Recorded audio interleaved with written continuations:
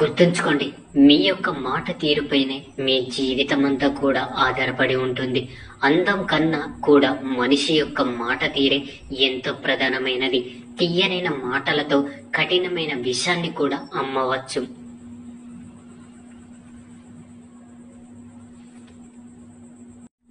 కానీ కటువైన మాటలతో తీయని తేనెను కూడా అమ్మలేరు.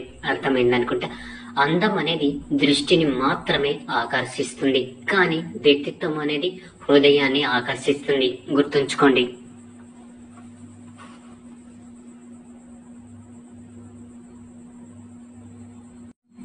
ఎవరి మీద కూడా పగ ప్రతీకారాలు తీర్చుకోవాలని ఎన్నడూ కోరుకోకు. ఎందుకంటే కుళ్ళిన పనులు వాటంతట అవే రాలిపోతాయి.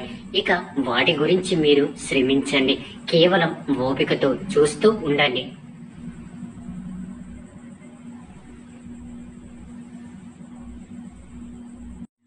మీకు ఏదైనా విషయం తెలియకపోవడం తప్పు కాదు. ఏ వ్యక్తికి కూడా జీవితంలో అన్ని విషయాలు తెలిసి ఉండాలి అనే మాట ఎక్కడ ఉండదు. కానీ నీ ఒక్కటి మాత్రం గుర్తుపెట్టుకోండి, మీకు ఎప్పుడైనా ఎవరైనా ఏదైనా మంచి మాట చెప్పినప్పుడు ముందు దాన్ని నిష్పాక్షపాతంగా వినడం నేర్చుకోండి.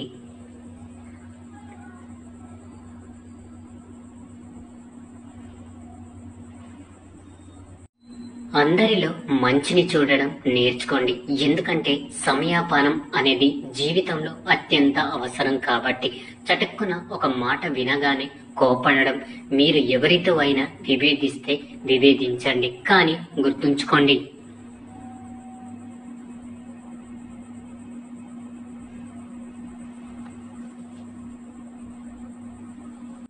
విభేదించినప్పుడు ఆతృతతో లేదా తొందరపాటుతో కూడుకున్నటువంటి విభేదమైన త్రోవలు తొక్కకండి.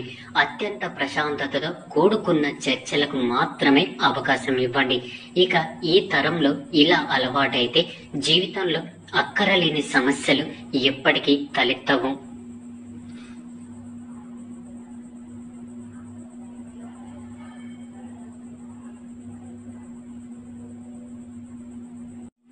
ఇష్టమున్న చోట కష్టం ఉంటుంది, ఇక కష్టమున్న చోట బాధ ఉంటుంది. ఇక కష్టము బాధ అర్థం చేసుకున్న చోట ప్రేమ ఉంటుంది. వీటన్నిటిని అర్థం చేసుకునే మంచి మనసుంటే ఆ జంట జీవితం అద్భుతంగా ఉంటుంది కదంటారా?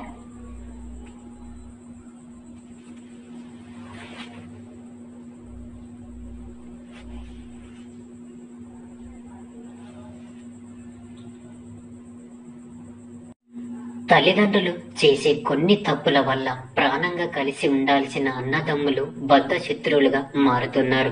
ఒక కొడుకుని ఎక్కువగా ప్రేమించడం, మరో కొడుకుని పట్టించుకోపోవడం, ఒక కొడుకుని వంశోద్ధారకుడిగా చూపించడం,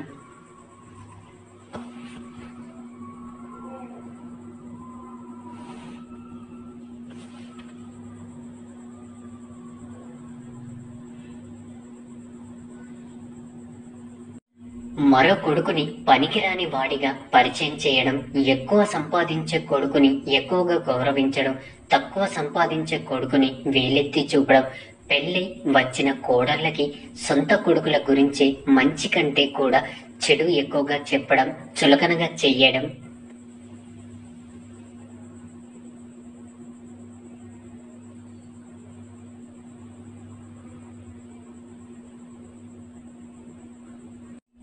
ఇద్దరి కోడళ్లలో ఒకరిని మంచివారు అనడం, ఇంకొకరిని చిన్న చూపు చూడడం, ఇక నచ్చిన వాళ్ళు ఏం చెప్తే అదే నిజమని నమ్మడం, మిగతా వారిని తిరస్కార ధోరణిలో చూడడం, ఒకే కొడుకు నుండి డబ్బును ఆశించడం, ఇంకో కొడుకు ఇవ్వకపోయినా అమాయకుడిగా భావించడం,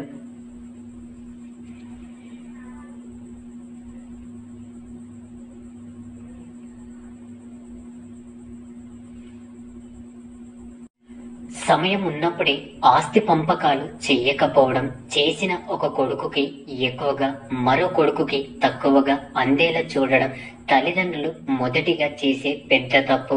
ఒకరి గుణాలను మరొకరితో పోల్చడం, ఒకరి జీవితాన్ని మరొకరితో పోల్చడం. గుర్తుంచుకోండి, ఇద్దరికి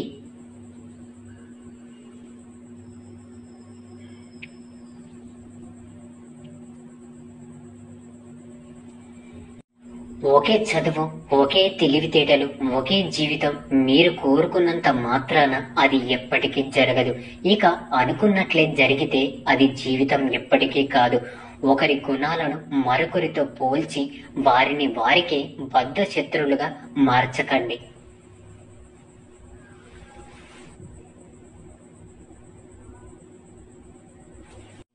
ఎవరికి ఎంత కలిగితే అంతలోనే జీవిస్తారు. గొప్పగా బ్రతకాలని ఆశించడంలో తప్పులేదు. ఇక వారిని జీవితంలో పైకి తీసుకురావడానికి ఎన్నో మార్గాలు ఉన్నాయి. కానీ ఈ పోల్చడం అనే ఒక్క మాటని మాత్రం మర్చిపోండి.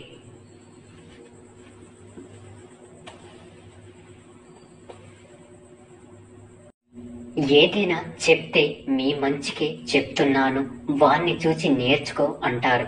వారి జీవితానికి మంచి చేయాలన్నా, మంచి చెప్పాలన్నా ఎన్నో విధానాలు ఉన్నాయి, ఎన్నో పద్ధతులు ఉన్నాయి, ఎన్నో మార్గాలు ఉన్నాయి. కానీ అన్నదమ్ముల్ని ఇద్దరిని పోల్చి చెప్పడం అనేది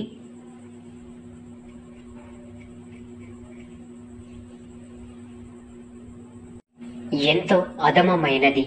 మీకు తెలియకుండానే వారిద్దరిని కూడా ఒకరిని మరొకరికి భవిష్యత్తులో బద్ధ శత్రువులుగా మారుస్తున్నారు. కాబట్టి గుర్తుంచుకోండి, ఇద్దరు మీకు రెండు కళ్ళ లాంటి వారు అనుకున్నప్పుడు ఇక ఈ ప్రపంచాన్ని అంతటినీ కూడా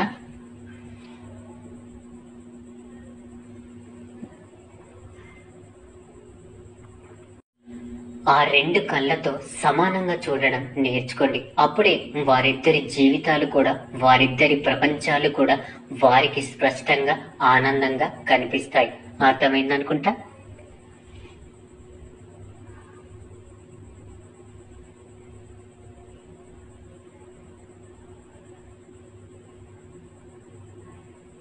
కష్టం, నష్టం, బాధ్యత తెలిసిన ఒక ఉత్తమ ఇల్లాలు తన భర్తని అది కావాలి ఇది కావాలి అని ఎప్పుడు బాధ పెట్టద్దు. ఇటువంటి ఇల్లాలకి సంసారంలో ఏమి లోటు ఉన్నా సరే ఎలా సర్దుకుపోవాలో తెలుసు, ఇంకా కాపురాన్ని ఎలా సర్దిదిద్దుకోవాలో తెలుసు. అటువంటి ఆడది సమాజంలో తన భర్త యొక్క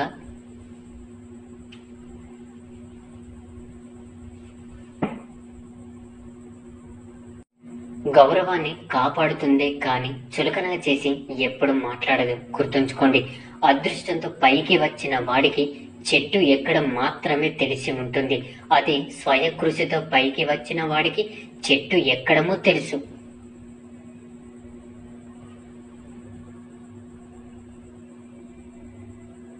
ఇక దిగడం కూడా తెలుసు. మొదటివాడు ఎప్పుడు కింద పడిపోతానో అని భయపడుతూ ఉంటాడు. నేను పడినా కూడా మళ్ళీ లేచి ఎక్కగలను అనే నమ్మకంతో ఉంటాడు. ఇక ఇదే అదృష్టానికి స్వయం కృషికి ఉన్న తేడా. అర్థమైందనుకుంటా.